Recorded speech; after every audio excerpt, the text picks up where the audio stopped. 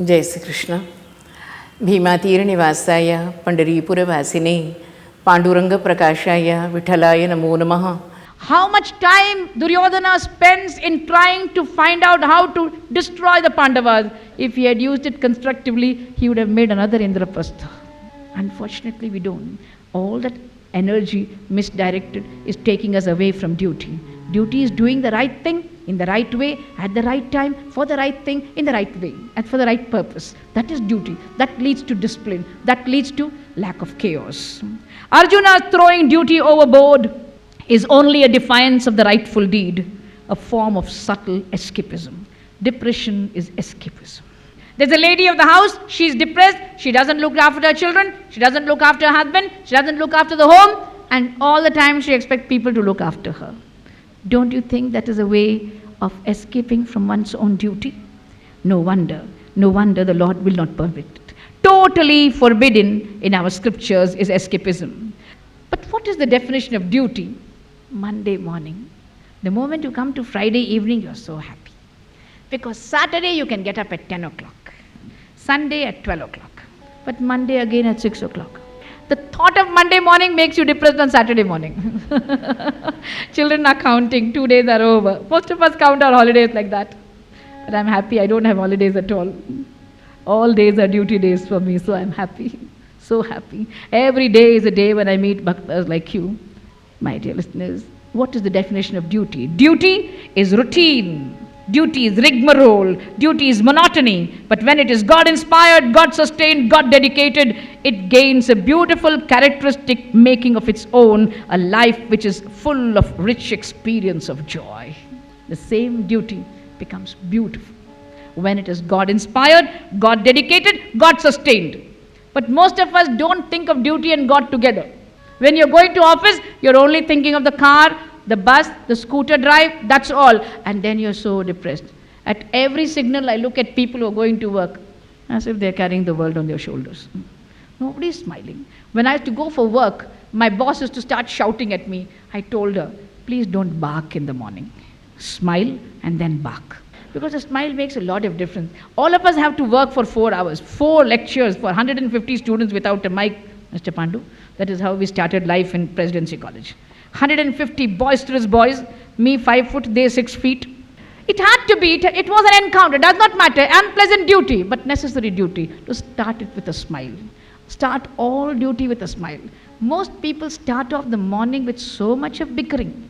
No good morning, no Jai Shri Krishna. Oh, one more day to go. So many days to go. Don't say one more day to go, say one more day to go.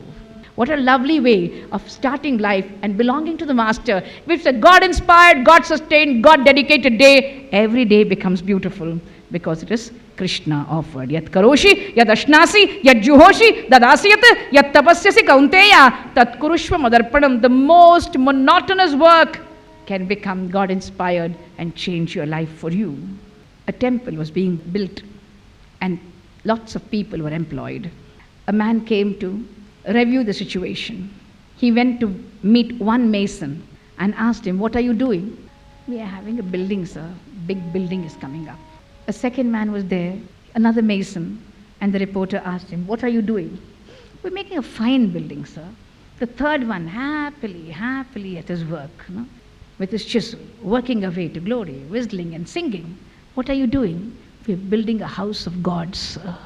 We're building a house of God. The same mason, the same chisel, perspective is different. Perspective is different. And that difference in perspective makes the difference in your life, makes a lot of difference. The way you look at life, God-dedicated, God-inspired, God-centered activity. Yat karoshi, yat ashnasi, yat juhoshi, tadasyat, yat tapasyasi kaunteya, tat kurushva madarpanam. Exclusive obligation to act. That is what the 2nd chapter, 47th verse of the Gita says. Karmanyevadhikaraste ma phaleshu kadachana ma karma phala heturbhu ma te sangostva karmani. 4 quarters. Everybody quotes 247. My father and I used to call it 247 formula. 2nd chapter, 47th verse. Karmanyeva adhikaraste Ma phaleshu kadachana. Not this battle. Never in the world think of any fruit. Just do your duty.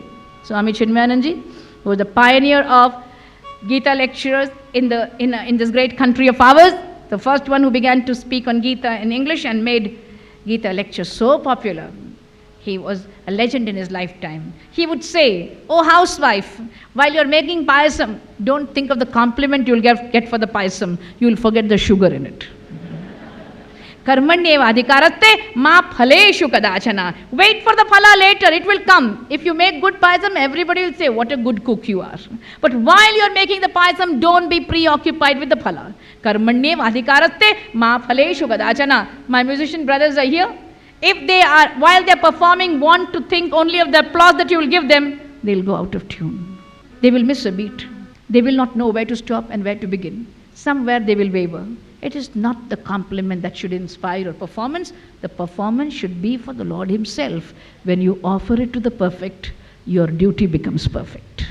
My dear listeners, please remember, you have to offer it to the perfect. Any duty that gets offered to the perfect has to be perfect.